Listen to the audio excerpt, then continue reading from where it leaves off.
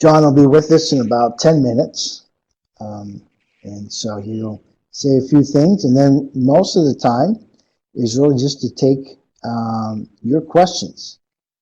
So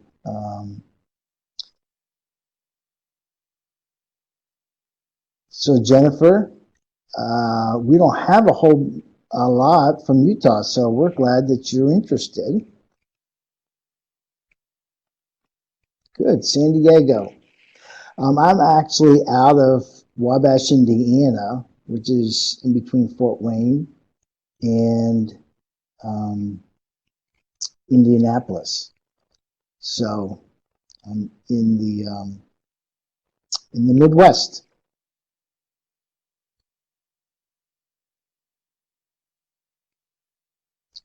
South Florida. Well, you guys are a hot spot down there in more ways than one.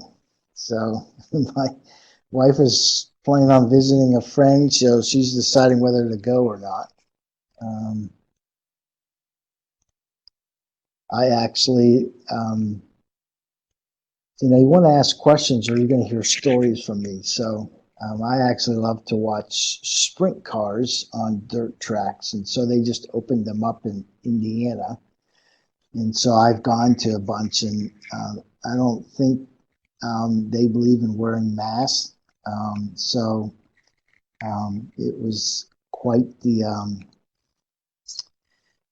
experience. It didn't really bother me. So for others in other states, it would probably freak them out. So, and I don't know why I told you that. But anyways, if any of you have ever seen sprint cars on dirt, let me know. I'd love to have some partners in crime. Jennifer, great passion that you have. Thanks for sharing that. You're going to get a lot of skills. Matter of fact, you're going to get over 30 skills that you're going to learn in the counseling program. And so we think that, as well as the growth you're going to experience, will help you quite a bit. So, oh, someone's coach is Leslie Taylor. You're going to hear Leslie tonight. And so she's one of our grads, so we're kind of excited about that.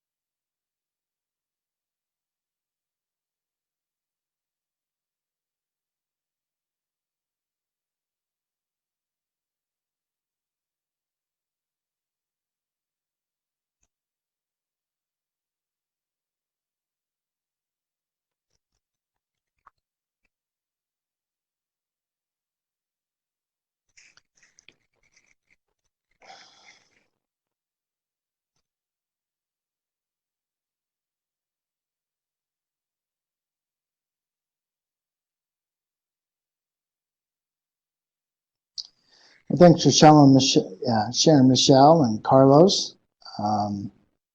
Yes, I would imagine there would be a need for Christian-based therapists in Utah.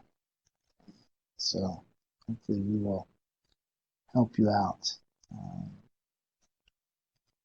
Welcome, Chelsea.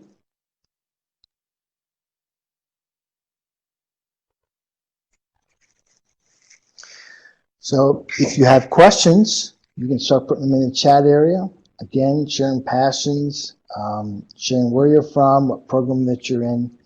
You'll see in the Townsend Institute, when we do these virtual meetings, classes, we do a lot of connecting in the chat area. So as John's presenting, different things may come up, and you can just put that in the chat area. Hi, Arlene. She texted me earlier, so good to see you.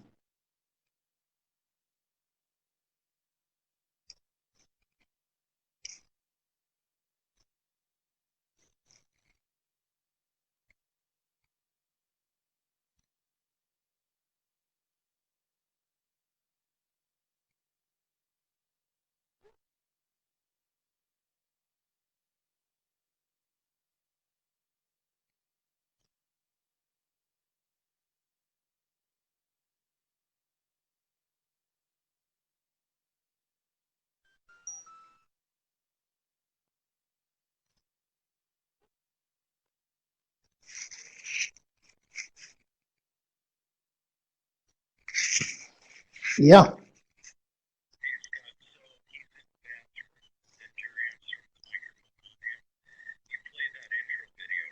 Yeah, so we're good. Yeah. Yep, we're good. That's all I care. Thanks, man. No, no, no, no. Okay.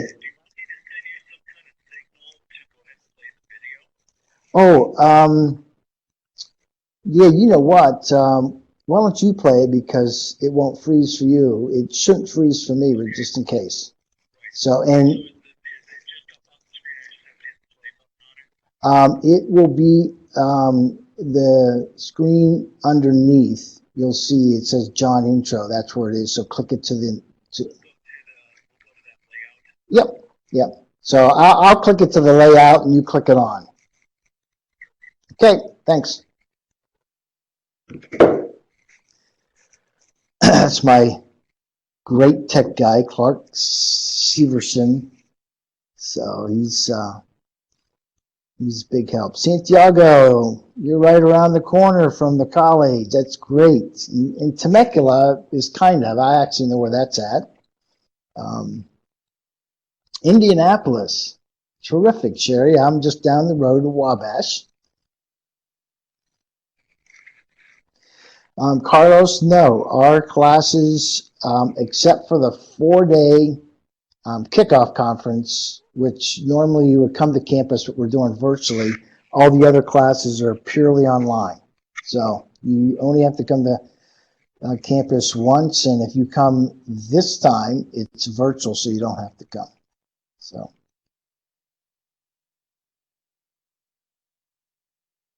Good, Kat. Well, hopefully you'll have some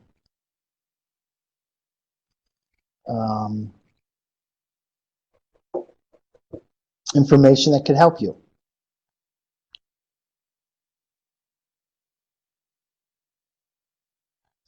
Good, Riley. I'm glad you're looking into us. So we're trying to get more that will come right out of the undergrad. So, Adam, you're not an Ohio State fan, are you?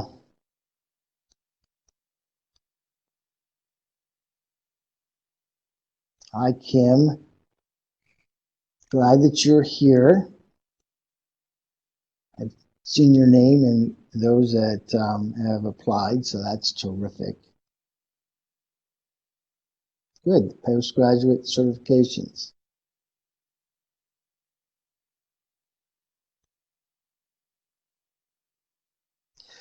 Ben, the cool thing about our program is that you don't have to have an undergrad in psychology. So that's one of the ways that Don and I designed it.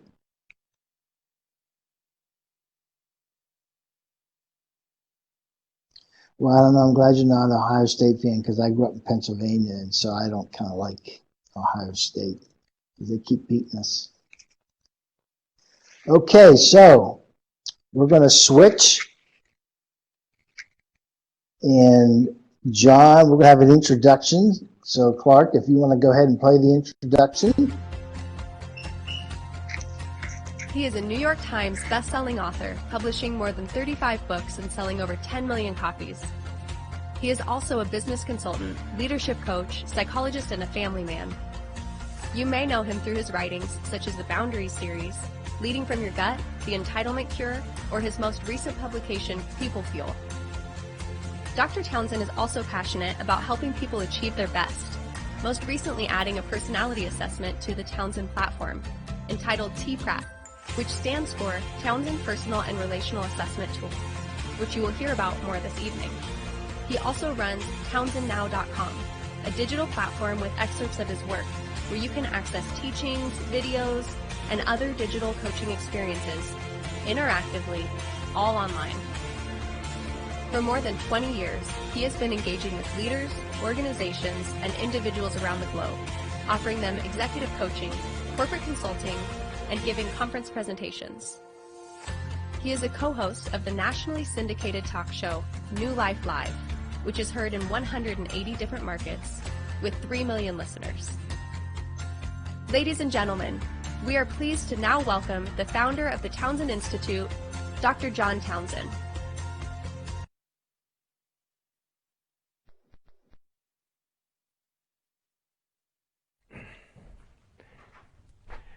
Welcome. I'm John Townsend, and thank you so much for spending your evening with us.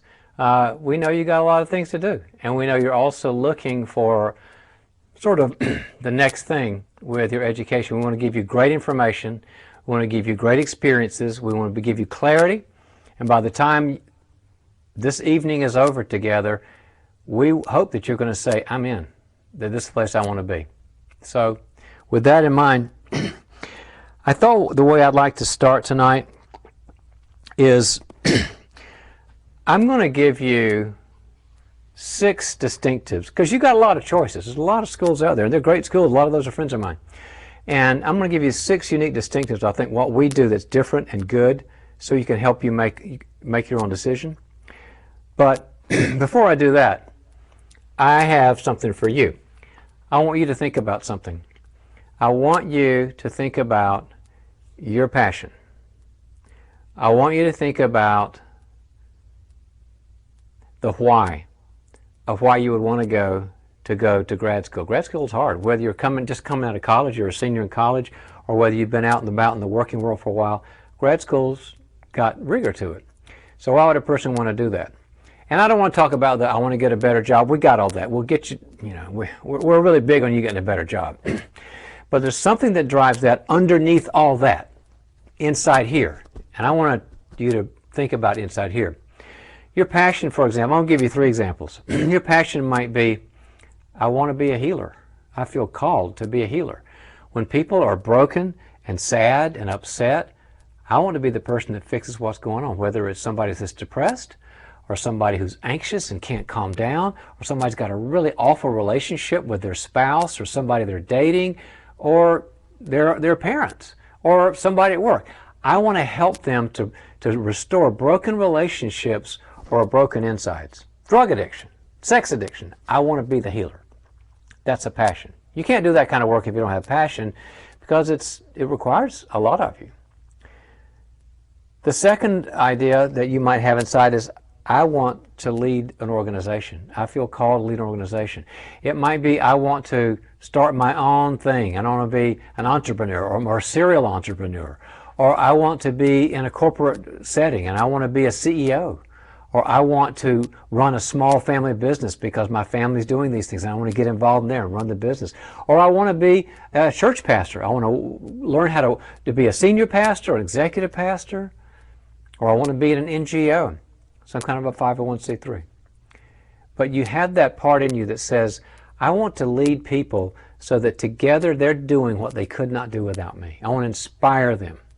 I want to see them make something small into something that bears all kinds of fruit. That's the second passion. The third passion is, maybe you want to guide people.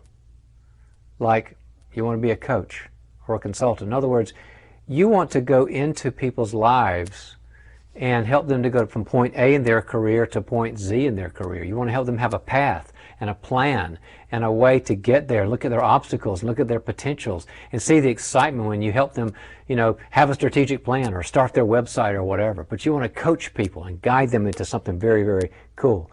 Or you want to consult and go into businesses and organizations and hire in, not as an employee, but as a consultant, saying, I'll help you with strategy. I'll help you with your product. I'll help you with marketing. I'll help you with culture and teams.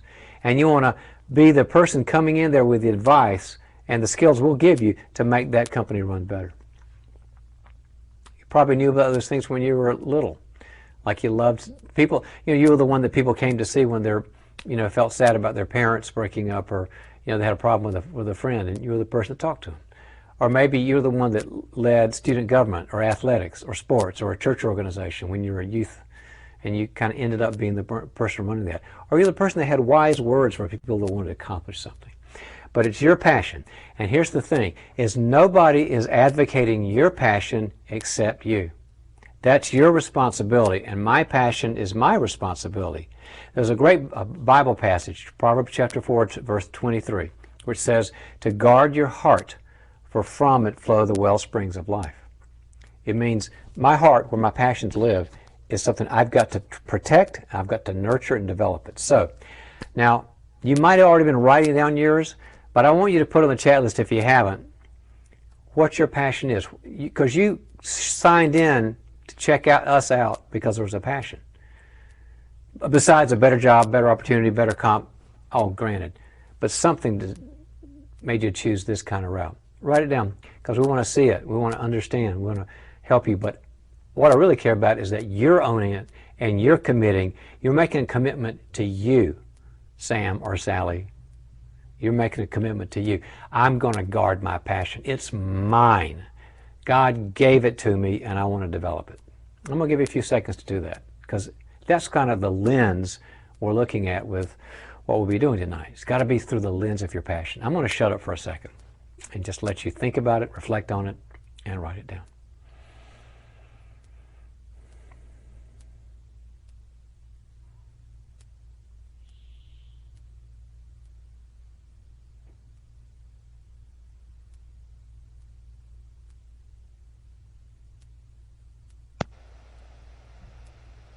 John, they're coming in like crazy, so it's just terrific passion.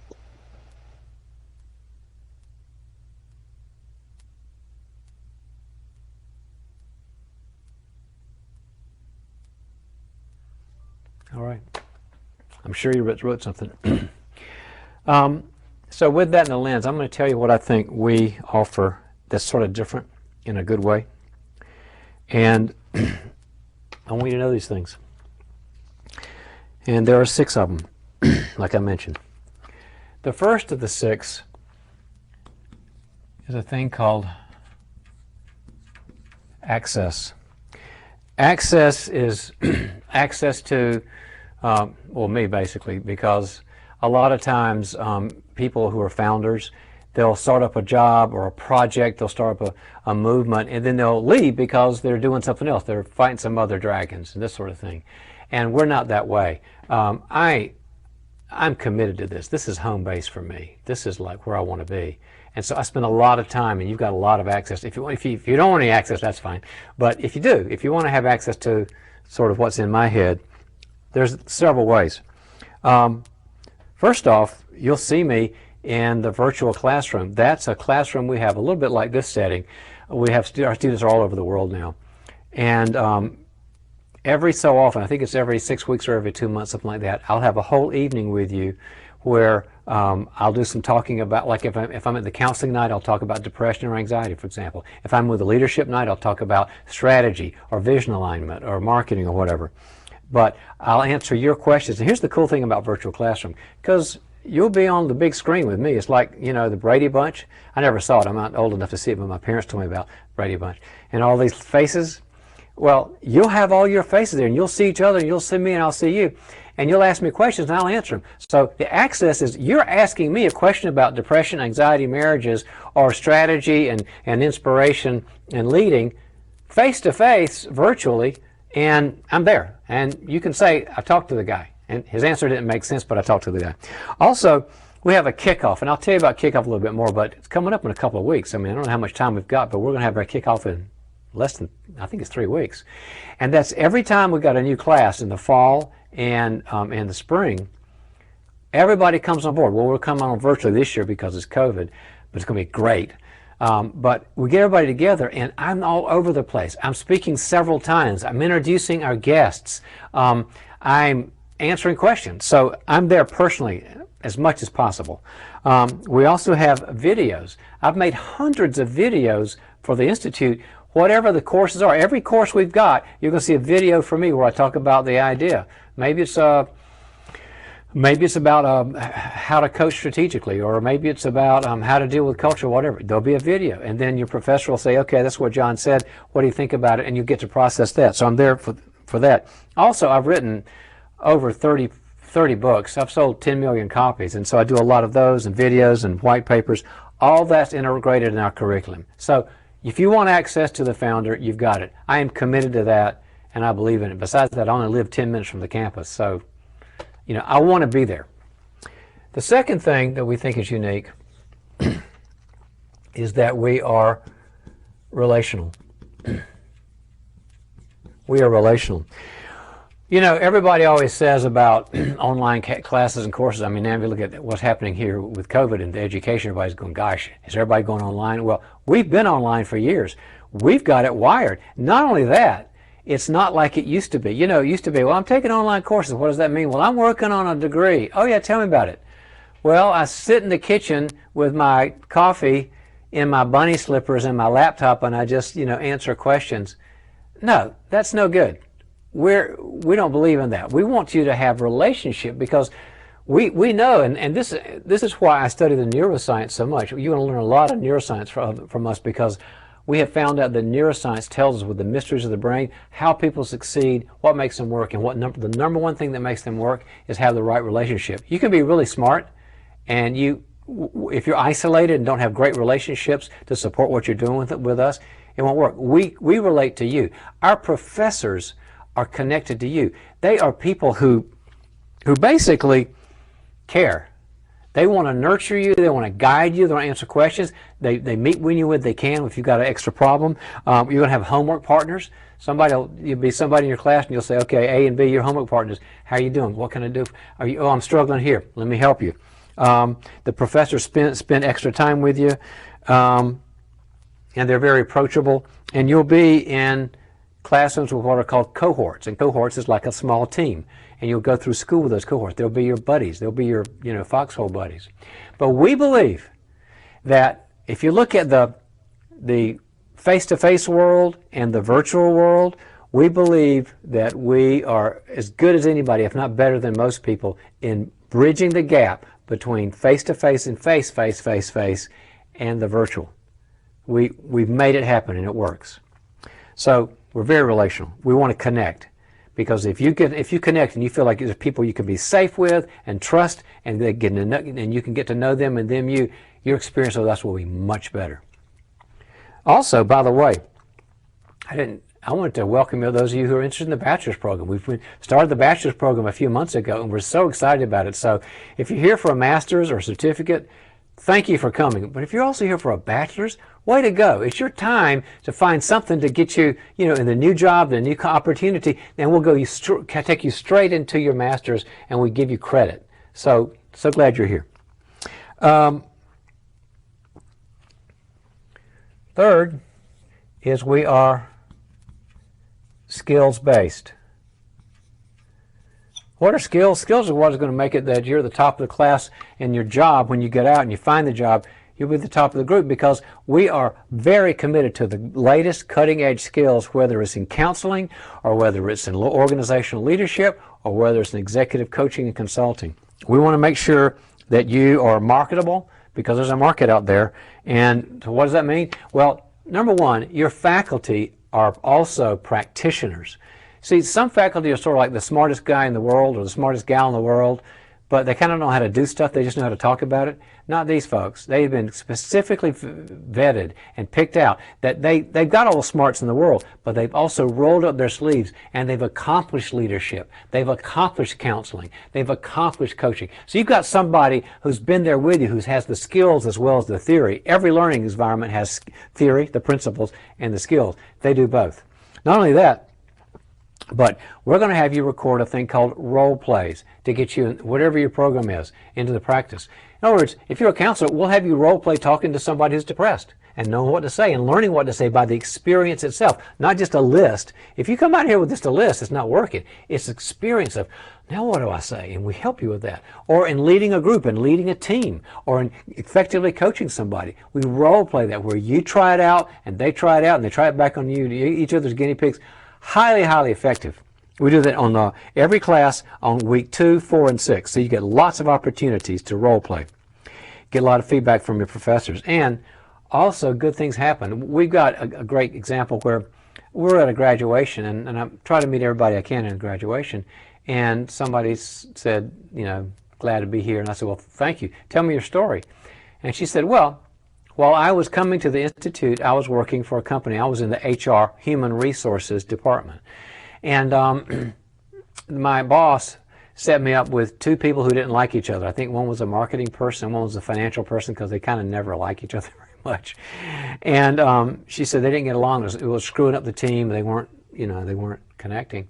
And so all the stuff I learned at the Institute, all the skills I learned about listening well and bringing people together, she says I used them with them, and they got along. It kind of worked it through. They became good teammates.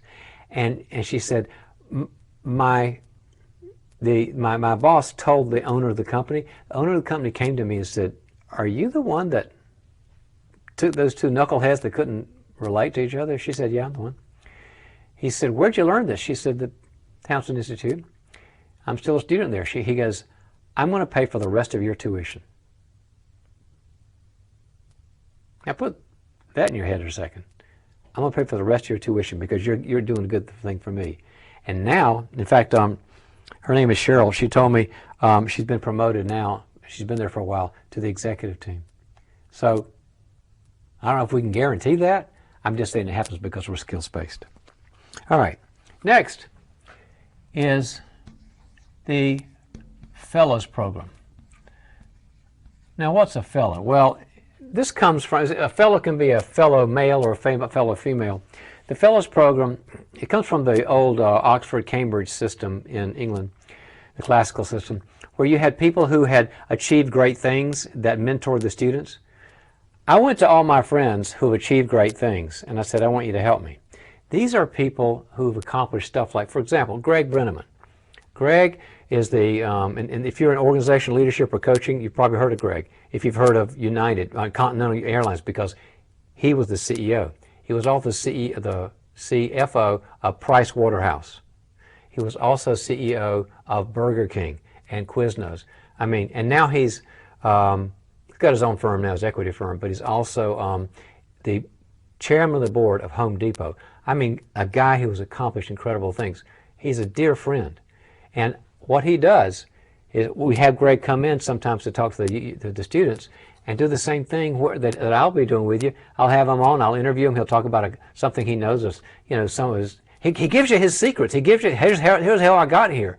I mean, he gives you the secret sauce that you want to have, and then you get to ask Greg questions and say, I talked to the Brenneman, I talked to the Continental Burger King guy, he answered my question. We have, I don't know, 50, 60 of these people. I'm always collecting new ones because I love with these people. We've got people in the counseling world, like John and Julie Gottman, the #1 marital research people in the world. We've got Sue Johnston, and if you know Sue Johnston, she's the one that started all the EFT and the holding about attachment-based marriage therapy, that she's kind of rocking the world with that. Les and Leslie Parrott, who are the #1 pre-marriage people. And then in business, we've got people like John Ortberg. He's a leadership expert because he's the senior pastor of Menlo Park Presbyterian Church, a wonderful leader with a very, very thriving organization. Also Jim Daly, and Jim is the director, the CEO of Focus on the Family. You might have heard of Focus on the Family. Henry Cloud, my old buddy, wrote all those books together. He's also a fellow. He also teaches. People like that of that stature. So the Fellows Program gives you access to people. Oh, guess who else? The new ones we've got. Have you ever heard of John Acuff? If you like speaking, if you like business, John Acuff has written 7 New York Times bestseller. He's one of the top speakers and talk about leadership issues. Ken Blanchard, the mentor who started it all, he's one of our fellows. Gabe Lyons. Gabe has started Q Axiom, the group that says we're going to be Christians and figure out how to answer the hard question in Nashville, and they are rocking the world. And then Donald Miller Have you ever heard of StoryBrand? The #1 branding agency that I refer people to, where he wrote Blue Like Jazz, but Donald has the #1, my favorite branding organization. You want to know their secret sauce? We'll give it to you. Then we have a foundation, an informational foundation. Meaning, so where do you get all your information? Well, we get it from several places. Well, I mentioned the neuroscience because I believe that neuroscience is unlocking things that we have been needing to know about relationships. And the thing I love about it, as a Christian, all the robust studies done in neuroscience basically are affirming that the Bible had it right for thousands of years. All the studies about resiliency and success and love and parenting and marriage and all that, the great studies that are done by neuroscience, they basically check off, you can find a Bible verse for them and all those things, and what the Bible says, like comfort one another that you may be comforted, like speak the truth in love to each other. So it feels like God finally gets the credit, you know, for what he's been saying in the Bible all these years, because the science is so strong. So not only neuroscience, but also the latest research. We stay up on the research, the clinical research, leadership research, coaching research, and we share what we're discussed. We'll be teaching you about a concept called mismatching, for example. And mismatching is a way that you can affect somebody's brain, whether you're leading them, coaching them, or counseling them, and you give them another emotional experience, and it changes their lives forever. We'll tell you more about that. And then, this is kind of a combo one. F, O, and A. F, O, and A. What does that mean? It means flexible, online, you know that, and affordable.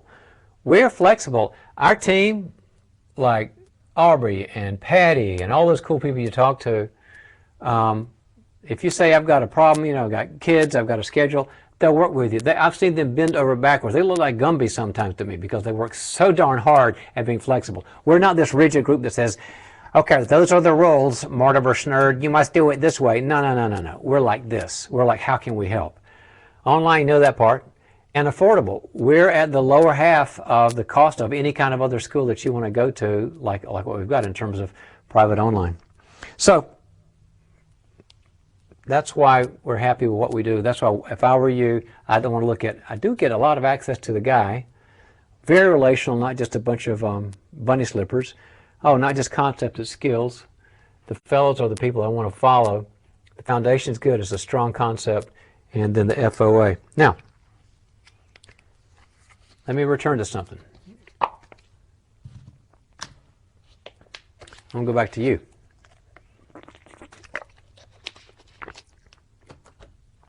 And your passion. Hope you didn't forget your passion. Check it on the chat line if you need to. And ask yourself, I can't stop this passion. It's got to come out. It's got to be expressed. It's where fulfillment's going to be, and joy is going to be, and feeling purpose is going to be, and making a difference is going to be. I can't stop it, and you shouldn't stop it. I didn't stop mine, and I'm so glad I didn't. And ask yourself if these 6 things would help to catalyze and develop and increase your passion. And if this fits with you, we want you to sign up. We want you to sign up tonight and say, I'm in. Hundreds and hundreds of students have done that, saying, that's how I want to express my passion. So I hope that helps. Clarity is always good. And I hope the rest of the night's going to be good as we answer questions.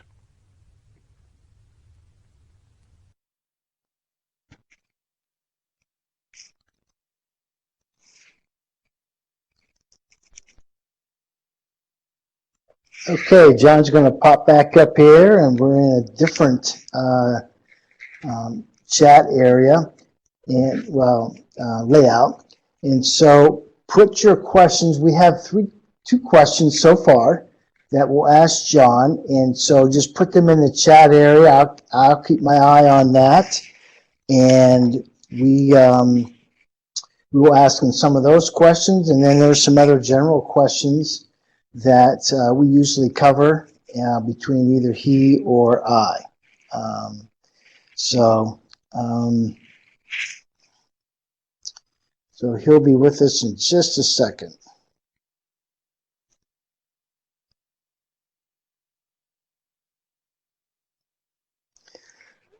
Um,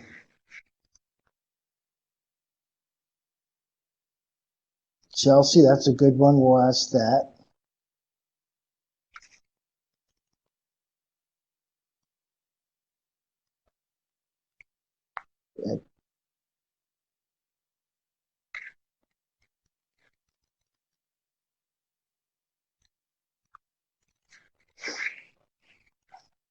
Yeah, Jennifer John's huge into passion. So you've come to the right place.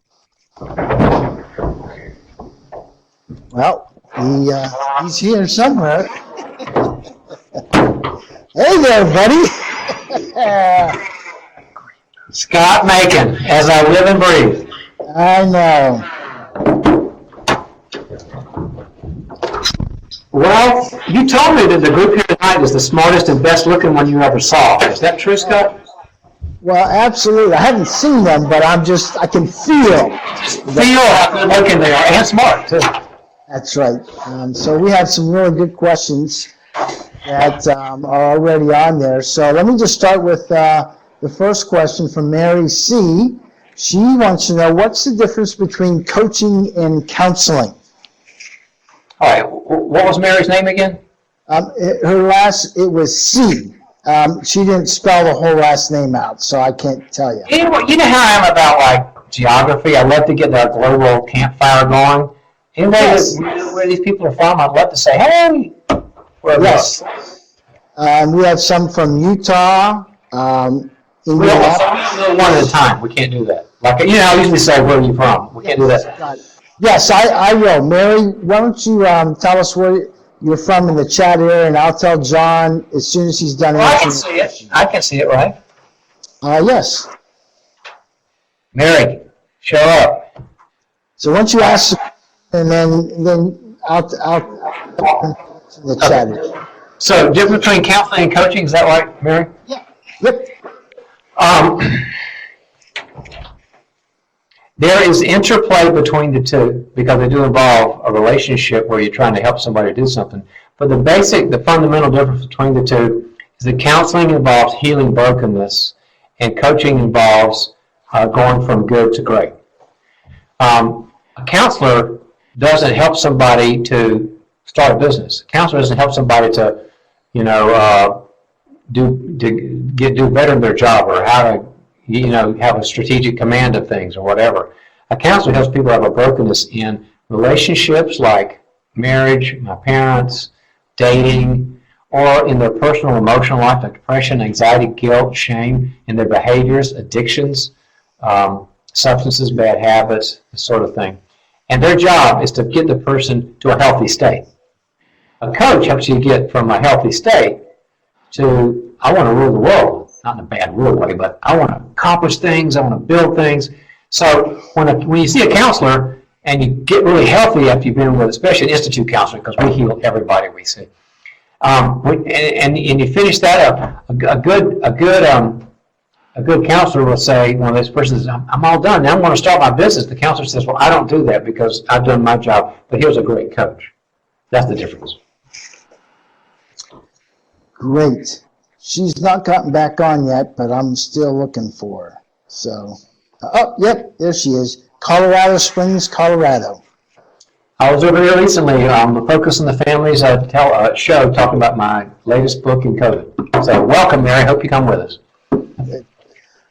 So Peter Watson, and Peter, you can get on and tell us where you're at in the chat area, wants to know, what theories will we talk about in general, and what's the main theory we have our focus in your model for counseling? And this is basically something that Scott and I have worked on for 20 years, but we have a model that I developed a long time ago, actually, the foundation of it with Henry Cloud, who I've written so many books with, and Scott and I have been working a lot on it. So there are several things that come into play, Patrick. Is it Patrick Watson? Is that right? Peter Watson. Peter? Okay. We use, for example, neuroscience. Now that's not a theory, but it's a school of thought. We use depth psychology, which is theoretical, where if you look at the psychoanalytic, psychodynamic, if you look at the accelerated emotional therapies, those sorts of things, we like to go deep into the character because we believe that you don't solve the problem, you solve the core of the problem. The pain of the client is a symptom of something else. So we don't, if somebody's depressed, we don't tell them start here. Okay, we just start thinking happy thoughts. You're just dealing with a symptom. We go into the person's core, basically into their brain, where their core emotional learnings are, where their early experiences of childhood, their developmental experiences. So we're depth oriented, but we also have cognitive behavioral theories because we like that, because on a short-term level and to get somebody's brain going, a lot of good things about changing the attitude you have.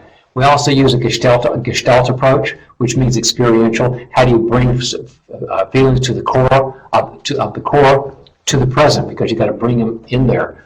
And attachment theory, because attachment theory talks about how we were built for relationship, and relationship, you kind of live and die by relationship. So we use the approach that I've been using for 30 books, and it's always an amalgamation of those things, but probably the bottom line for that period would be we take a depth approach.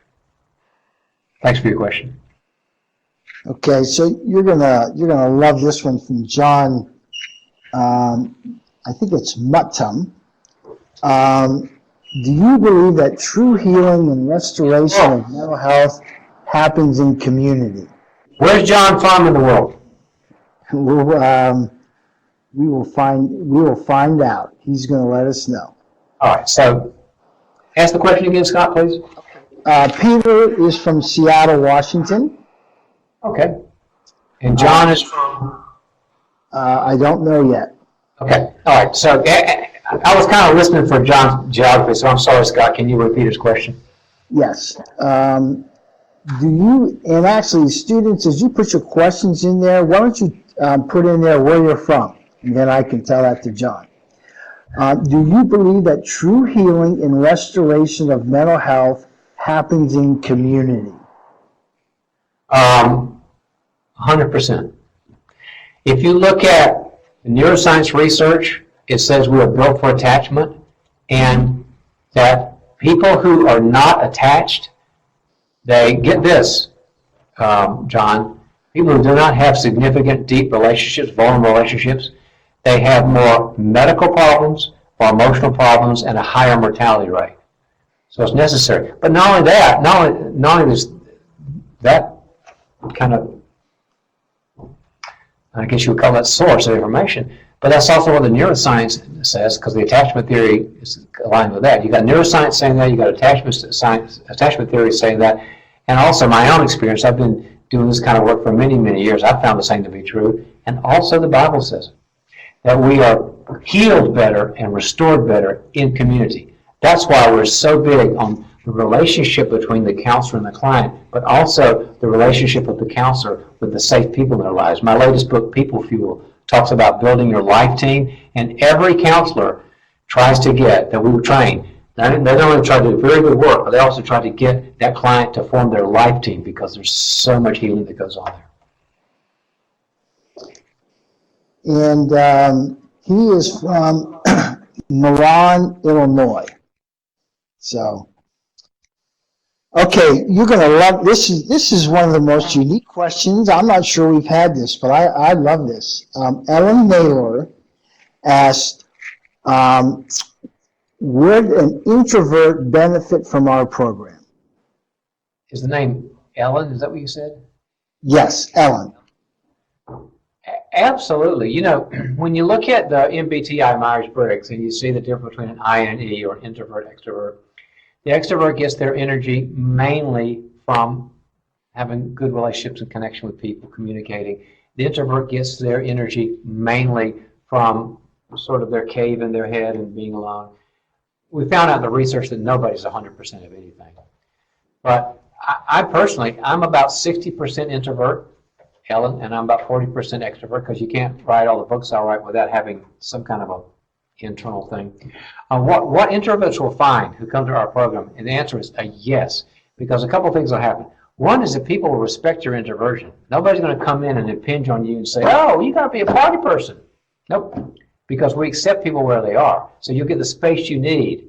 But also, what we do is we allow you to use that space in your head that you need and fill it with the right things. One of the best concepts to be thinking about.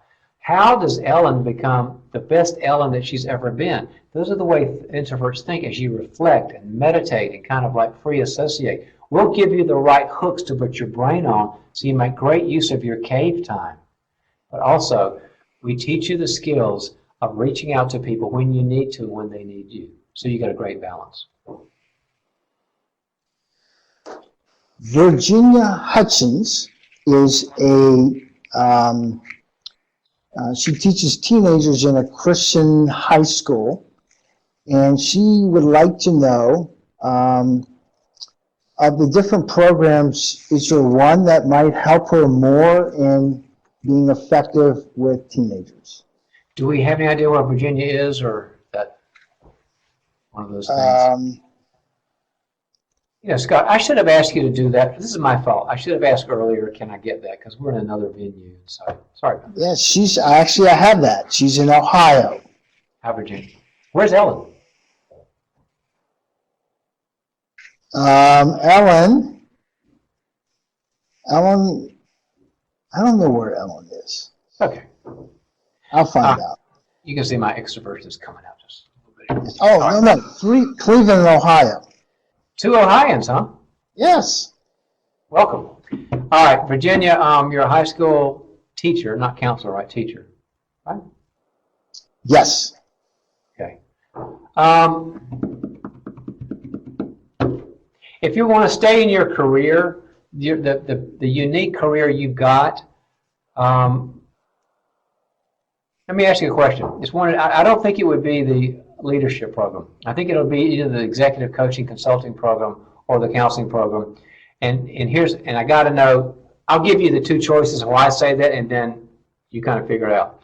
If you like to deal with the kids, high school is such a tough age, and help them and support them in their insecurities and their fears and their challenges, and some of them are cutters, and some of them are, have issues of eating disorders, and they don't like themselves, and they're unsure, then I would go to the counseling aspect, because that's the brokenness aspect, that it's just a broken time of life anyway. But if you also like, how do I find what are your strengths? What are your passions? Are you good at sports or math or people skills? Are you good at tech? Are you good at IT?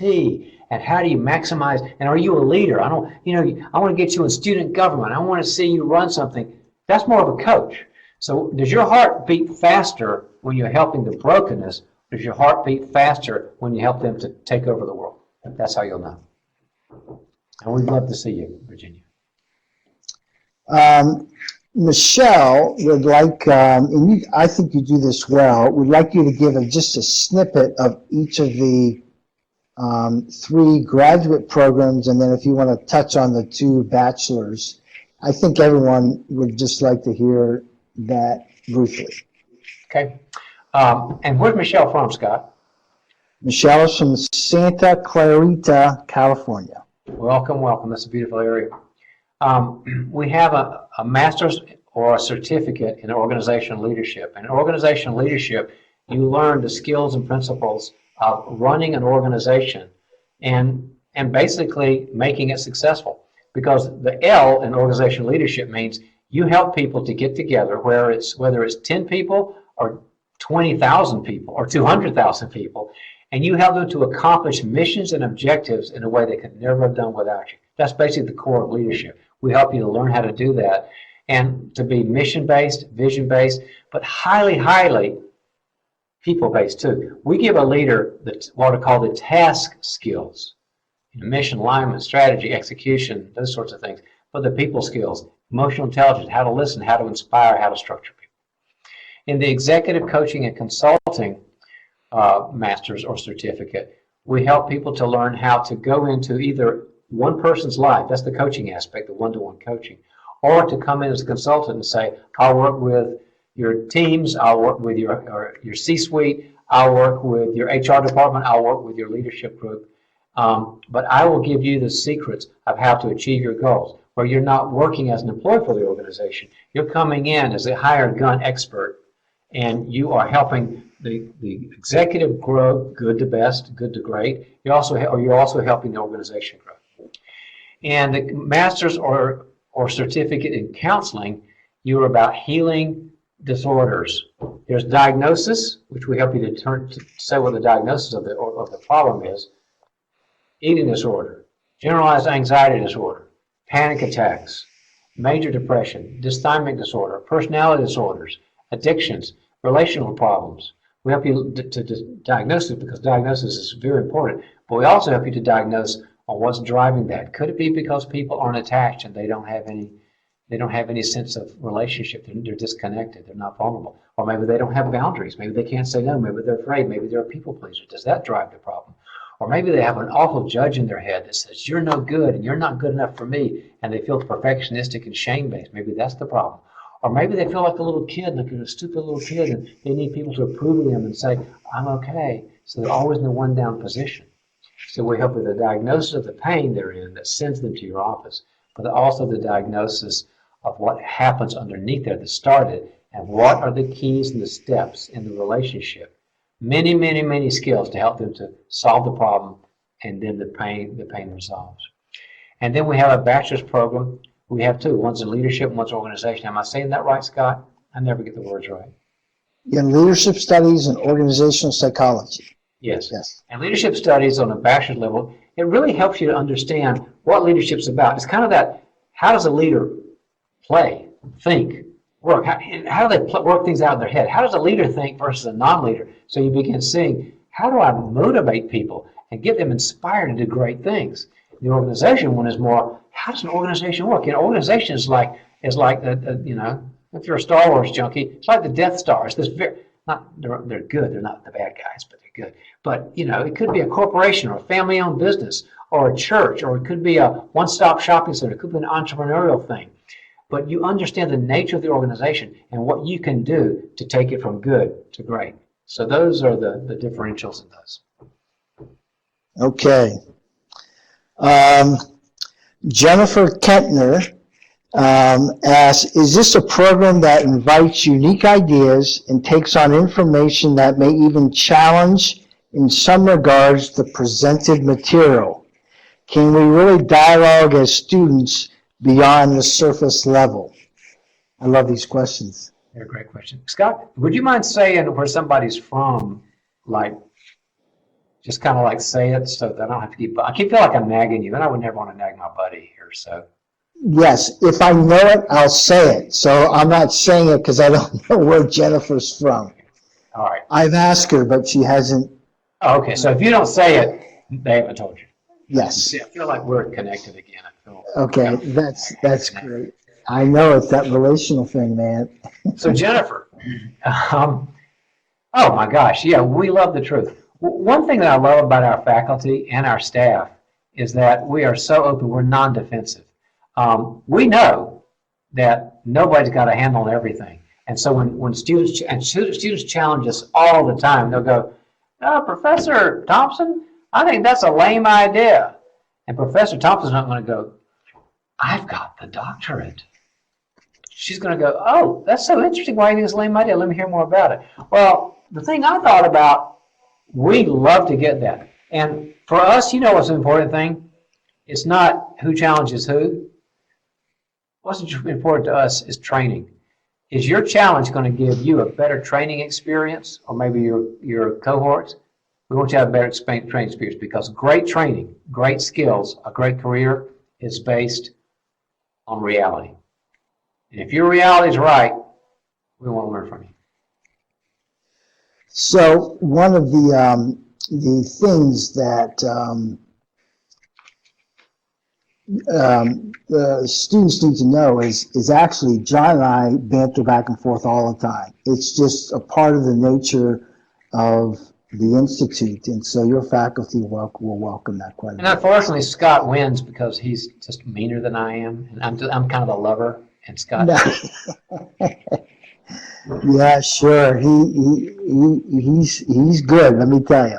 Okay, so Cheryl Minardi, she asks, How does spiritual formation fit into the different programs? Cheryl, we are deeply concerned and excited about the spiritual life. I'll give you 3 ways it's integrated. First off, we teach the Bible. Now, we've got so many people who they don't believe in the Bible, they've got a different faith, and they're sort of I don't know where I am yet, or I've got no faith. We love everybody. We're a very, very big tent. But we're Christians, we believe the Bible. And so we've got Bible principles all the way through the courses. You'll just hear Bible, Bible, Bible, and how it ties in with the sciences.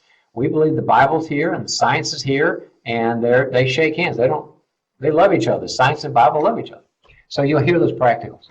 You'll also hear it on what I would call a 30,000 level, the macro level, because we come in with an approach that, in terms of spiritual formation, then if you're interested in that, you know that this is based on theology. And theology, if you study the Bible, is a systematic approach to understand the Bible. And there's like these 12 classic areas that I've studied for many years. There's the doctrine of the Bible, the doctrine of God the Father, the doctrine of Jesus, the doctrine of the Holy Spirit, the doctrine of humanity, the doctrine of sin, the doctrine of salvation, and the doctrine of the church, and the doctrine of the last things. Actually, there's 9. And we teach those things at the macro level. But also the third thing is that we are spiritual people, and your professor will pray with you if you want it. And we talk about God and our relationship with God, and not in any intrusive way. We don't like go around and put God down people's throats. People have a choice. But we believe it's a living and breathing and thriving relationship with God is the faith approach. So all over the place. So John, related to that is, tell them a little bit about if they do not believe in the Christian faith, or they say they have a nominal faith, how that fits with us in the program. We love you. We want to see you. We want you to sign up. There's not going to be any judgment here, because we believe that people want to come and get a great education. And that's really, we have our beliefs, but our number one responsibility is to give you a phenomenal education, help you grow as a person. That's why we do so many emotional growth and personal growth things. And we'll sure bring in the spiritual dimension because it's a part of reality, but we'll respect your belief, we'll respect where you disagree, and we're not going to hog tie you down. We just don't do it. And what's kind of cool now is we've been around long enough now, a few years, and so now our non-faith or non-Christian or non-whatever we are, however you want to phrase it, they've been out and about, and they've been in the work world, and they just check in with them. They say, by the way, it was so cool working with you guys. I don't believe what you believe. I think it's all God stuff's crazy. But man, I got to get great training. Your people love me. It's as big a tent as you can have. I want to back up, and Jennifer Kettner was from Utah, and Cheryl Minardi is down the way at Temecula. Very cool. Okay, so Brad Brannon, he's from Mebane. I think it's Mebane, North Carolina. Well, I'm from North Carolina, so I knew I'd heard Mebane. So okay. So usually John starts to talk barbecue at this time, but I'm glad he has a little self-control so far. So we'll see. We do have people from Texas, so watch out. Okay, so Brad is 53-year-old manufacturing professional. He has a BS in industrial engineering, have worked 26 years in operational leadership and continuous improvement. He's been a plant director with 800 people. I want to prepare myself to move up in my global automotive parts company that has multi-sites and regional scope. At this advanced point in my career and life, is this organizational leadership program for me? I just wish you'd put something about barbecue in there, Scott. Got me messed up. You know, at Tar Heel, we have the best anyway. He says he doesn't like coleslaw on his barbecue, but besides, I'm just kidding. I'm making that up. Did you make that up? Yes, I did. Yes. we are the program for you, I would think. Here's why. Sometimes we'll get somebody who not only has the passion I talked about, but they have the experience base. You have a phenomenal experience base. You've been around thousands of people, you've gone to thousands of conferences, and you have great bones, as they would say. You know what you're doing. What a master's in organizational leadership will do at this kind of, let's say it's your 2.0 or your 3.0, it will do some things. Number one, it will give you skills that you haven't learned before because you did not have time to learn them. Because when you're committed to a grad program, it's not sort of like, well, I went to a weekend conference and I learned some things about teamwork. No, we'll teach you at a much deeper level. So a guy like you who's done so much, the training you had to get had to be A, focused specifically on the job, and B, had to be like weekend stuff, sometimes more. We're going to throw you in the deep water because you can do it. And it's not going to be just about the job, it's going to be about everything about leadership. The other thing we'll provide for you is that we will give you a framework for kind of putting hooks on what you already know. Like a lot of times people come through so much experience like you and they'll go, oh, I got a skill here and a thought here, but we'll organize it with you so you can say, I have a thing called an approach or a model. I'll come out with it, what makes an organization grow. And now I can fit in all those tons of experiences into the model and then go change the world. That would be why I would think you really could benefit from us. Okay, great. I need to jump in and announce our first $50 gift card winner. It's Andrew Tainter from Reading, and he's in the counseling program. So, Andrew, we are excited that you won that, and we will get that gift card to you. So, congratulations, Andrew. And that's a $50 gift card towards tuition or anything he wants to do. Yeah, it can be towards Texas barbecue, anything along those lines. So, I know. So, yes, it can be whatever he wants. Money, man. He's just spending my money. So. Okay. This is Tim Gilligan, and he's from Florida. And what is the benefit of the master's over the certificate program for executive coaching? He has a D-Min, and he's looking toward his next season as a transition from pastoring to becoming a resource in my 60s. You know, a few weeks ago we were doing this and somebody had a similar question. And Scott, I thought your answer was better than mine. Just how you approached it about, I mean, you can say, well, one's got more to it, it's got more information. But you had another thought that I thought, gosh, I wish I'd said that. Do you remember what you said? No, but I'll answer it, and let's hope it's the same thing that I said before. So, I think, Tim, the certificate begins to give you. We have like over 30 skills in executive coaching, and we also have at the end an internship where one of our top professors as an executive coach walks you through exactly how you do coaching, and he meets with you and he sets up the structure that is John's, and then he adds some pieces to it. And so I think you'll get additional skills if you continue on in the master's. You can start out in the certificate, the first 4 or 6 courses. If all of a sudden it's like, yeah, I got to learn more, those courses are the first 4 or 6 into the master's. And so you'll have a good chance to see if it really connects with you and you can just continue on. That's what you said last time, and I like the answer because then there's kind of a no loss. Mm-hmm. You go, yeah, I got the certificate. You go, this is who I am. I'm going to go for the master's. Everything counts. So, yeah. Thank you. Okay. Riley Jones, who's from Fort Worth, Texas, says, since the curriculum is online, are lectures conducted over video calls or is it more reading based? And I'll answer this one. What was the second thing? What based? Reading based. Like you they just read instead of. Scott, you're so lucky Riley the Scott's here. He is the guru.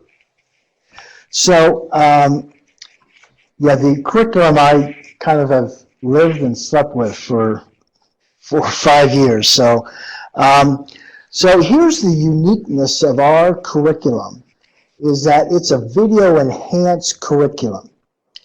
There is a lot of reading because John and I love to read books, and it has helped us so much along those lines.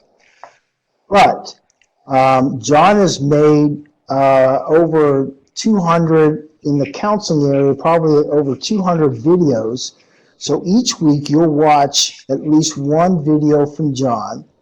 We also put in there some videos of some of the major theorists, or those who are, like a Ken Blanchard or Pat Lencioni, or like John mentioned, Sue Johnson. So you have those videos. Then on the first, third, and fifth week, you actually have a 90-minute live virtual class with your professor. Now, they don't lecture the whole time. It's very interactive and experiential, so you get content, but you also really interact with it. So you're getting something from them.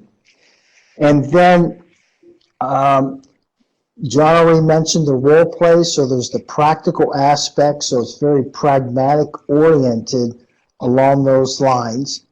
John has a 3-hour virtual class each session that we have, and so you're going to get direct teaching and training from him, along with 1 or 2 institute fellows. So it's video enhanced, and it's highly relational, and yes, we do love reading, so that's part of it too. Okay.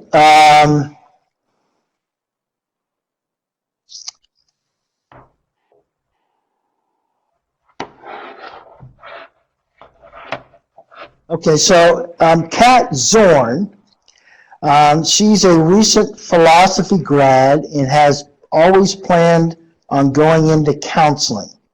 However, she now works as an executive assistant in helping the CEO with cultural development in the company. I love people and want to help them be all they can be, but I'm not sure which path to take, whether that's leadership, executive coaching, or counseling. So I know that's not a lot. She's from Wake Forest, North Carolina. So you can, muster something up. So here's what I know is I know where I'm going to eat dinner tonight when I drive out here. I was going to have a night dinner, but I'm sorry. I'm going to dry pork that's shredded, where they cook the shoulder for about 24 hours, smoke it, and they serve it with just vinegar, salt, and pepper. And I'm sorry, I might have to leave early, because this is getting too bad. We will put the recipe on by the end of our virtual class for those who are interested. But anyway, so back to the question. Do you have any? Wake Forest Demon Deacons. Do you have any thoughts for Kat? Yeah. I'm going to make an assumption, Kat, that you're not saying, how will this help my present job go better? Because what I hear you saying is, well, you got a lot of different areas that you're good at. You have, you're conceptual, and you understand philosophy. You're a people person. You also work in the corporate environment, and you like culture. So I'm making that assumption. This isn't about making my job better. It's about me. Okay, I want you to be a little bit selfish for you. Okay. Well, I haven't answered the question yet. Right, I was reading something, so thanks for bringing me back to reality. I'm reading the question I'm going to ask. You just kind of say, okay, when you're reading out loud. You're going to get your own barbecue, buddy. I'm sorry. Go ahead. What I'm hearing is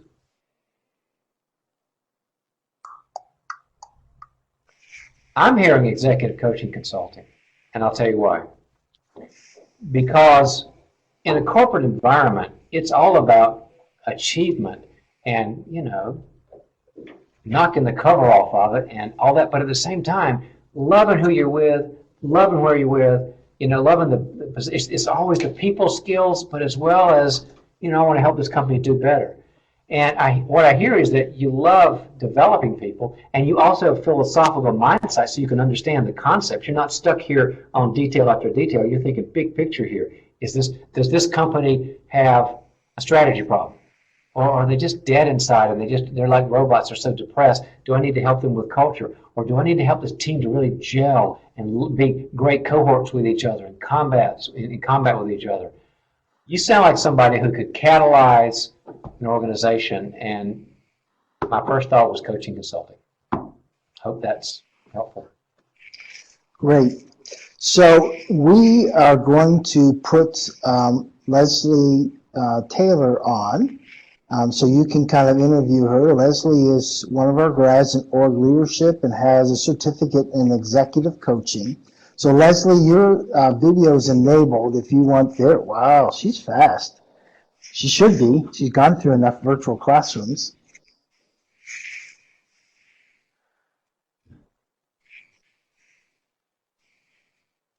While she is getting back on, let me. How long should the interview be? I want to be good about time, Scott. I would 7 minutes. Does that give you enough time? Okay, great. I'm going to announce the second winner is Keisha Pillman.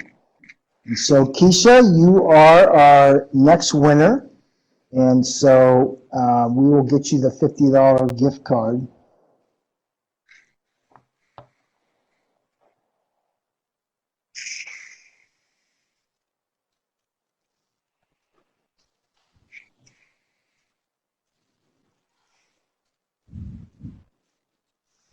Leslie, I know you're trying. Setting my little timer for Leslie, so I'll be honoring her time. And all right. Oh. Okay. Hey, there she is. Can you guys hear me okay? Yes, I'm going to scoot off here. Yep.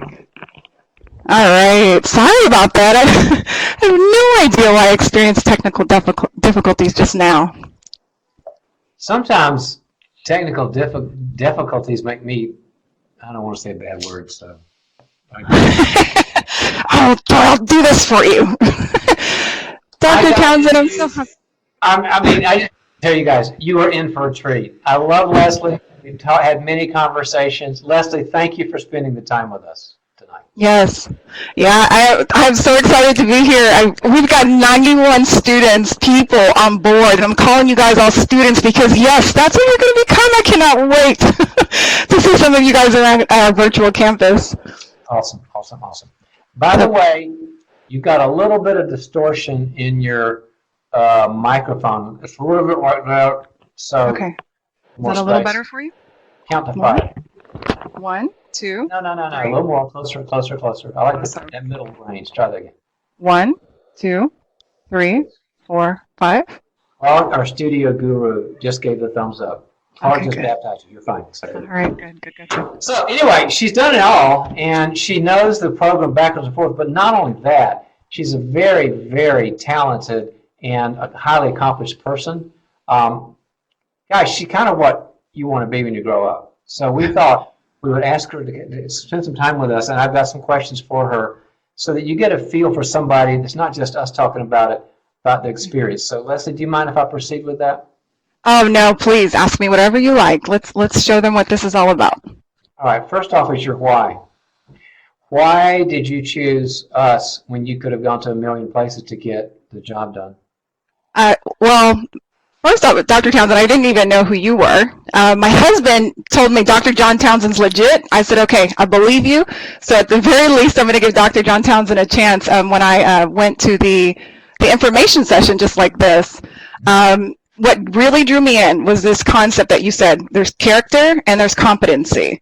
And I had all types of education, and so I felt like I knew my technical skills. I'd worked in biotech for 23 years.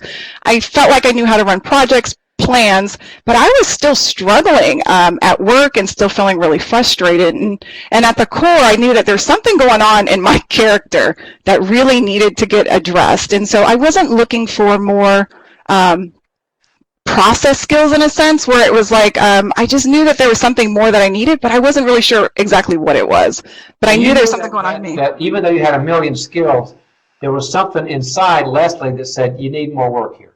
Yeah, I definitely needed more work. In my position, I have to present to C-suite executives, and I would find myself in meetings, and though I was very prepared, probably overly prepared, when it was time to speak up or disagree, I could feel my chest pounding and, feeling flush sometimes and like I need to faint. And I felt like a 12-year-old kid in the room on occasion. And that was really difficult to deal with because, on one end, I see myself as this accomplished professional that can handle anything, and I come off as such as well. But at the same token, I felt like this kid inside that felt trapped, and I felt fearful, and I knew that it was holding me back.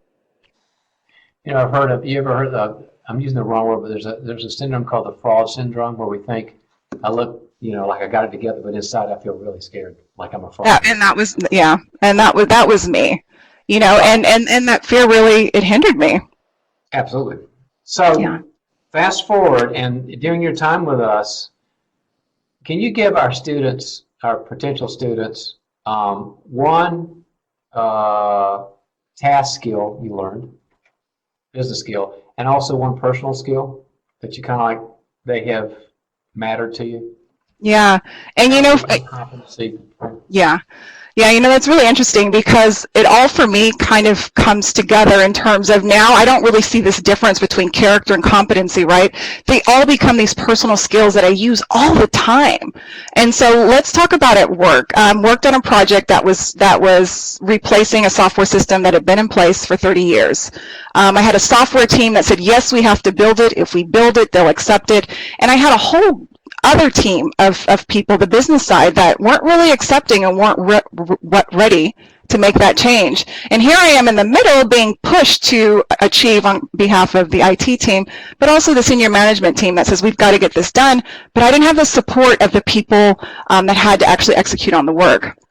So one of the tasks that I needed to do that I learned in the classes was about vulnerability. And I know it's really popular right now, telling leaders that you need to learn how to be vulnerable and lean in first. And on this project, I had 80 people that I needed to quickly change their mind about their role on this project, about how they were going to align to it. So one of the task skills I brought in was this concept of the vision of this company.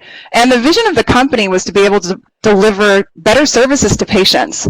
So I found ways to help people connect to the vision of the company, get it emotional, figure out who they are. And so I asked them to share a little bit about themselves. And so if you can imagine over the course of 2 or 3 days, 80 people virtually, different companies, siloed environments, got everyone talking, and did that through helping them to be vulnerable, attuning to them, listening to them, finding out what their fears were on this project, why they liked it, why they didn't like it.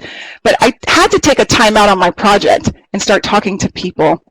And so that made the difference. So I guess the major business skill is helping to align people to that vision, to get them charged and get them energized about the direction we were going. And then two, give them a space to talk. By the time I was finished, it was amazing. I had a compliment from a senior leader who was in the leadership and development VP at the time. And he said, you know what, Leslie, I've never seen a project turn around that fast. He said, in 3 weeks, you've totally changed the environment and the energy on this project. And that was because of the tools that I learned here. I had been on this project for several years and struggling, but like you mentioned before, I had more of an approach. I had a model. I had very specific tactics that I was using to change this culture, to change the ideas, and to get people on board. And it was phenomenal. Like, I loved it. Obviously, and like you said, you've now integrated character and listening and being able to deal with people into your skills, so they're kind of all together. It's competency and character all together. Okay. Yeah. Tell us about. You're a very relational person. That's why one reason we just love you is what was it like? What was the significance of the relationships among your cohorts in the program, as well as with you and your professors? How did that impact training? You know, I love that you just said that I'm highly relational. I didn't know that about myself until relatively recently, and as a result of going through the program, because I'd always really run from relationships and kept myself so closed off and really isolated and not really wanting to share who I was. You know, at work I was a performer and I did very well, but you didn't know who I was on the inside. And so the relationships here is what made the difference. Like, I've been to 3 other schools before higher education, and I didn't walk away with any friends. I didn't walk away with any connections with any of the professors or any colleagues. There was no networking. And so then, you know, fast forward into my 40s, and I'm at school again, and it became an opportunity to make friends. And making friends is, at least for me, was really challenging as an adult. It was challenging for me as a kid too, for that matter. But I learned how to be vulnerable. I learned how to open up. I learned that I actually crave relationships. And that thing that I needed, I would cut myself off from when I was under pressure or under stress or at work when I had to get something done. I'd run into this cave, into this place, and just work on it by myself. But the program taught me that you actually need people. And when I began to reach out and share my vulnerability with my partners, my homework partners through the role plays, or when I would share it in a process group with others, or listen to other people's stories, I just became so much more comfortable with who I am as a person and accepting. And so that desire to run into this cave and to hide under stress, no, I run to relationship now. And I'm an introvert, and I've learned to understand that introvert isn't about being shy for me. I used to call it that. It isn't about not wanting to be around people. It's just understanding that when I am around a lot of people, it may drain me because I'm so involved in the conversations. But I know now what I need. Yeah, it's about energy. I run back to more relationships. I go get more because I need to get filled back up, or I learn to take time to myself, and it's okay. And I'm not judging myself because I actually need maybe a day just to myself. Yep. Leslie, thank you so much. I think the way you paint the picture is, you know how people feel when they got to make a big decision. You were there, but you also help. I think you really help our prospective people with sort of, yeah, you'll get great training, but also there's a person inside your head. So thank you for partnering with us. We want to stay connected to you forever, and appreciate you being here. Yeah, well, I'm not going anywhere. Thank you, Dr. Townsend. See you guys. Good luck, everyone, making that decision. Thanks, Leslie. You're welcome. Okay. We have a question about the International Coaching Federation, and so I actually have the answer. Our Associate Dean, Margaret Christmas Thomas, is actually heading that up. And here's what she says, because I texted her before we got on because I knew that would be a question. We have begun the process for ICF accreditation. We hope to complete it this academic year. We will submit the application in December once we complete the programmatic and curricular alignment. And while it's always comes down to ICF decision, typically students who graduate the program after the date of the application are grandfathered in. So that's where we are with that. And I think there's I think there's another part to it.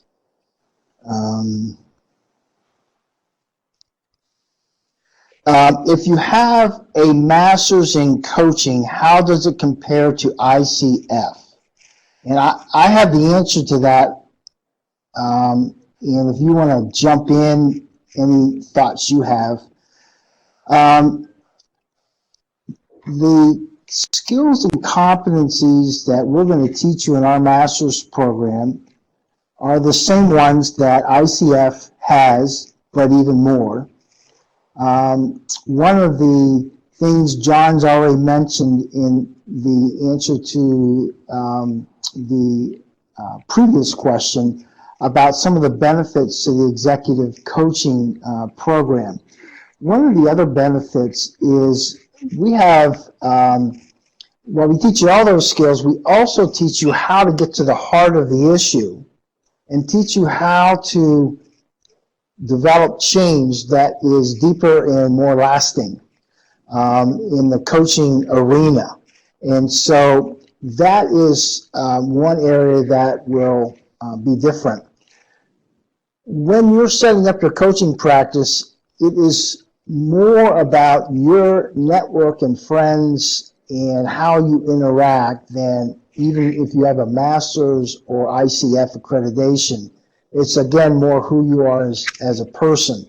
Those things will help, but they will not guarantee anything. So those are just some thoughts I had. John, I don't know if you had any more. I really like what you said, Scott. I just had a couple thoughts. One was coaching is in kind of the wild, wild west right now. There's very little regulation, and that can be a problem because there's not a lot of oversight like there is in the clinical, counseling therapist world. But then it's a positive because you got less people over your shoulder. And so if you need the autonomy, it won't be here in 15 years because, people are starting to notice that there needs to be more regulation. So you're at a very good spot to learn it while there's a ton of autonomy. And also, coaching is for, if you love to see people achieve things and if you're you like brokenness, but it's sort of like you want more than that because, like, for example, I've got friends that for 40 years they've been doing nothing but counseling because they are the best at it and they love to see the healing and it just grabs them. But I got others who go, I like that part, but I also want to see more of the achievement part, kind of the good to great. So if you like that, if that part of it turns you on, you might have a coaching DNA in you as well. Okay. Virginia. Same Virginia or different Virginia?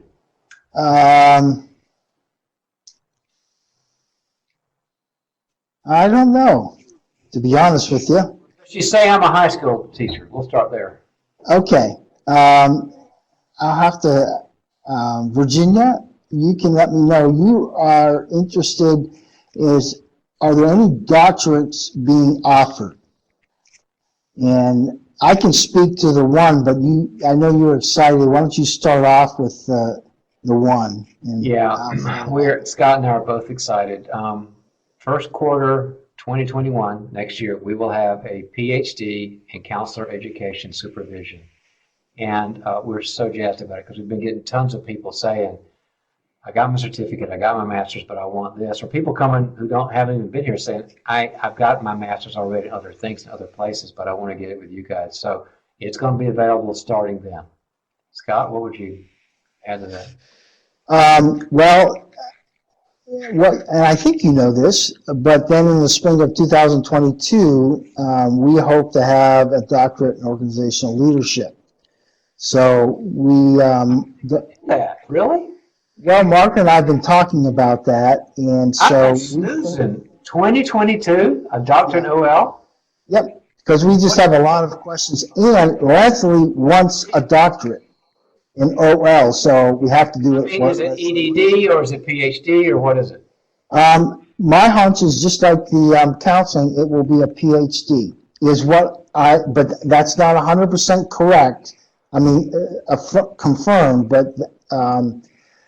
It was very important that the counseling was a PhD, not an EDD. So, right, really exciting. So, yes, and in that PhD program, there are like 5 different emphases. It can be clinical, it can be teaching out of college, it can be working in community mental health, it can be supervision,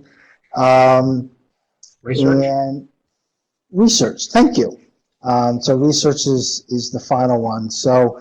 Those will be options for everyone, and we are very excited about that. You'll hear more about that after the kickoff conference comes up.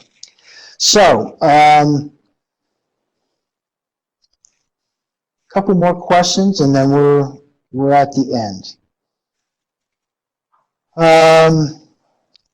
Okay, Sandra Rice from Austin, Texas. My career has been an educator, and I'm interested in bridging this experience with learning more about the neuroscience that has to do with growing dendrites, conflict resolution, and healthy dynamics for educators and parents. Would counseling be appropriate to pursue, or do I need to find something more psychology-based? We're the place for you. We spend so much time on the neuropsych part of this, and we're talking about, amygdala issues. We're talking about dendrites. We're talking about, like how the emotional part of a memory ties in with the objective part of a memory, and when you use a mismatching experience, you can give somebody who got hurt when they were little and got abused or, beat up emotionally, and they feel shame and guilt, like it's my fault. We teach our students how to put in a new memory, not of the event, because you can't change history, but on the shame and the guilt, and move them into, what my fault, and I'm a healthy person, and I'm a strong person. And it layers the emotional memory, a new emotional memory, a new healthy emotional memory, takes off. It actually, and this is like, this is neuro stuff. This is like the actual neuronic structure changes. The hardware changes, not the app. It takes that negative memory off that's been keeping somebody stuck and layers the new loving, warm, healthy memory on. So now you've got the same objective pattern. This did happen to me, but I feel good. I'm okay. I've let it go. I'm a strong person. I'd say we're the place for you. Since you like, Sandra, neuroscience, two things. Unlocking the Emotional Brain, you would love that book. I would go get that, order it tonight. And then if you want more, I have about 20 other top neuroscience books that really we base a lot of our things on. You email me and I'll send you that bibliography. Our students have it and we would easily give it to you also. Let's see. I think at this point, I want to announce the third $50 card winner, and it's Carlos Reyes.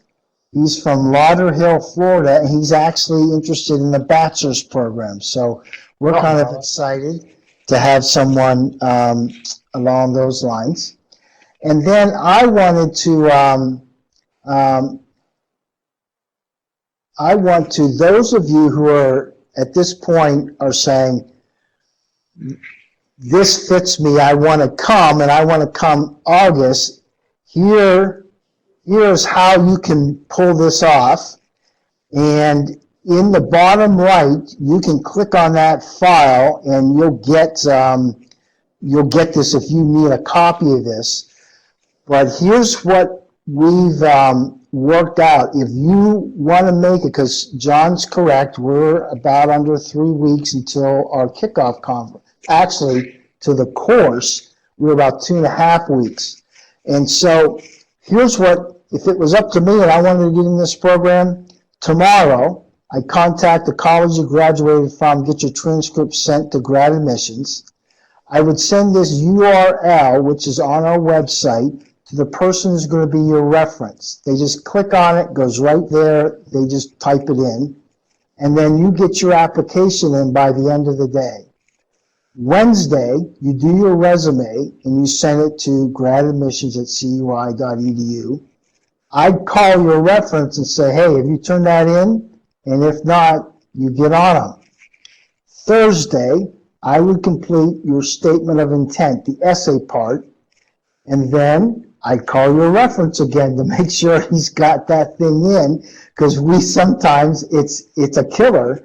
So you just have to, John has taught me this, you just have to be a slow drip. He didn't call me a slow drip, he said I need to be that way with other people. You can't be a nice slow drip. You can't be a naggy slow drip. Nice slow drip. Nice, warm. And then Friday, call your reference again. Did I say that? To see if they completed it. But then call your admissions counselor and see if they have anything. And when they say yes, and they will say yes because of all that you did, then you celebrate. So that's how you can get fast tracked.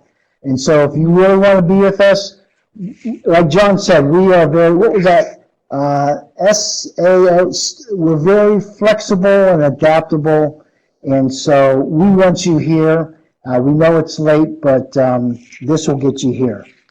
So, John, you can usually you just say a few things, and then we'll announce the $2,000 scholarship winner. And so, if you want to say a few final things, I'll then announce that winner. Sure. Why don't we project you into the future? You know, I'm a real big believer in understanding the future. And the statistics say that, you know, you'll be around. There's not things we don't expect. For some of you, it's going to be another 50 or 60 years. For some of you, it's going to be 20. But I want you to just project out 10 years. So if you're 23, what at 33? If you're 43, what at 53? This sort of thing. And imagine what you'll be like, what you want to be like. This is the visioning part. My hunch is you'd like to know that you have a stable life. It's not a life of a lot of crises. That you're doing things not just because you have to pay for your insurance and your kids, but because you love them and you're really, really good at them. And that passion that I raved about earlier, the definition of passion is things that make you lose time. Things that make you lose time. You do it for 4 hours and you went, was that 15 minutes? The opposite of passion is dread, when you took you 15 minutes and it felt like 4 hours. Imagine 10 years from now when you got all this great relationship with these people you met and it was really good and cool and you kept up with them, but you're a different person because you're healthier, you got energy, you feel good, you reach out to others, and you do something every day in your job or your calling or your ministry, whatever you want to call it, where you're really good at it and you see the fruit from it and you feel good and go to bed at night going, I just helped my company or my people to get better, and I did it feeling good the whole time. Not that it's not hard. Really, really successful people, these are the people that I work with and I study and all that, they work hard and it's not easy all the time. But they love it because they're good at it, they feel passion, they see the results. And I think we could be the place for you to do that, and we would believe in you and we would help you with that. Thanks, John. Okay, so our $2,000 scholarship winner is, see, you got a drum roll or anything like that? Amber Brown from Corona Del Mar, California. She's interested in the executive coaching program. So Amber. Right down the street. We're in Newport Beach. Way to go, Amber. And we will get in touch with you about that. One of the traditions that we have at the Townsend Institute is, as we sign off, all of your videos are now enabled. So if you just go to the top, you'll see a microphone and a video camera to the left of the guy raising his hand. Just click on the video. And we just want to see your face and just wave at you, and you wave at us. And we always like to see if we can crash Clark's system. And so hi, Peter. Peter's first in. So hey, guys. The rest of you just jump. There we go. Now they come. Hi, Cheryl. So we just love to see all the ones. We see all these beautiful names. It's great to see you. So we're glad you're here. I and the counselors will be in the chat area once we're done. If you have other questions that weren't answered, I'll be in the chat area and be talking to you. Scott, it is the best looking group we've ever had. It's incredible. I could you guys feel all modeling or something? Is that the deal? A lot of runway kind of action? Is that the... So,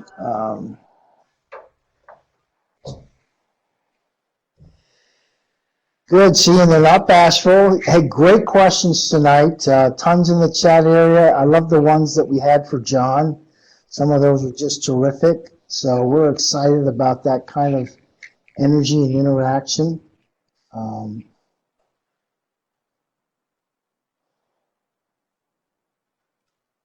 Okay. So John, thanks, man. I'll see you there. See you later. And I'm just going to stay on and with the ladies, and if there's any other questions, I'll just answer them verbally or in the chat area. And tell Clark I can close it down. He can just take off if it gets to be too long. But I don't do that much. I'm sorry. Yeah, I know. I'll try to be really good. I'll try not to. We didn't crash the system, so that's kind of good. So I doubt if it'll be more than 5 minutes. So Good night, everybody. okay. So I see some people who have their hands raised. See what financial aid is available for MA and counseling. Ladies, can either you answer that in the chat, or if you want to just turn on your mic, you can just speak it out loud. So it's up to you. That one I don't know. So we have, you fill out a FAFSA, and so it's student loans. We don't have any other scholarships yet, besides the one that, oh, you know what? Oh, crap, I forgot to announce the $500 scholarship. That's what that meant. Thanks, Patty. We're going to have to send that out to all the students, and I forgot to announce that. Dang.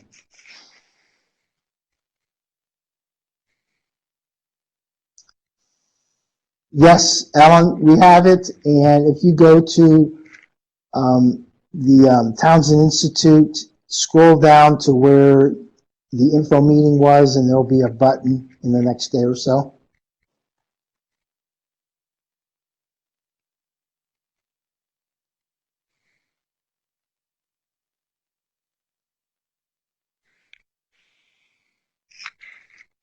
I see that Leslie was very helpful in the chat area. We ought to have some of our students come alongside. So, so that's great. That would be wonderful. Oh, she's still here. I'm glad I didn't say anything bad about her.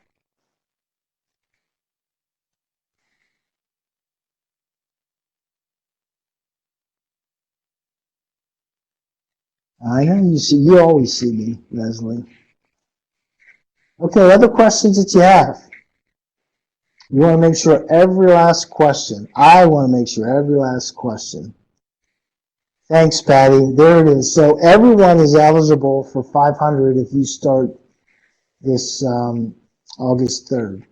So someone forgot to announce that.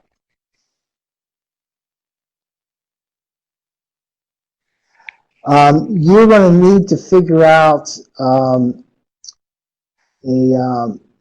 a way to have the video work, whether that's a new machine or sometimes you can adapt one. But I send all the new students the tech requirements so that you don't have any problems, and it makes things a lot easier.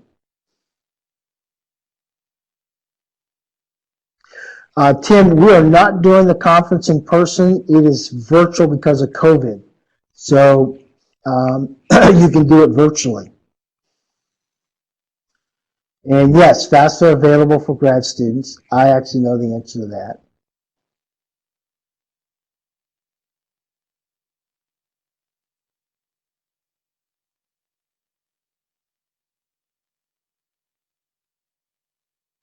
And you're right, Leslie, we have an ITS department that's pretty good.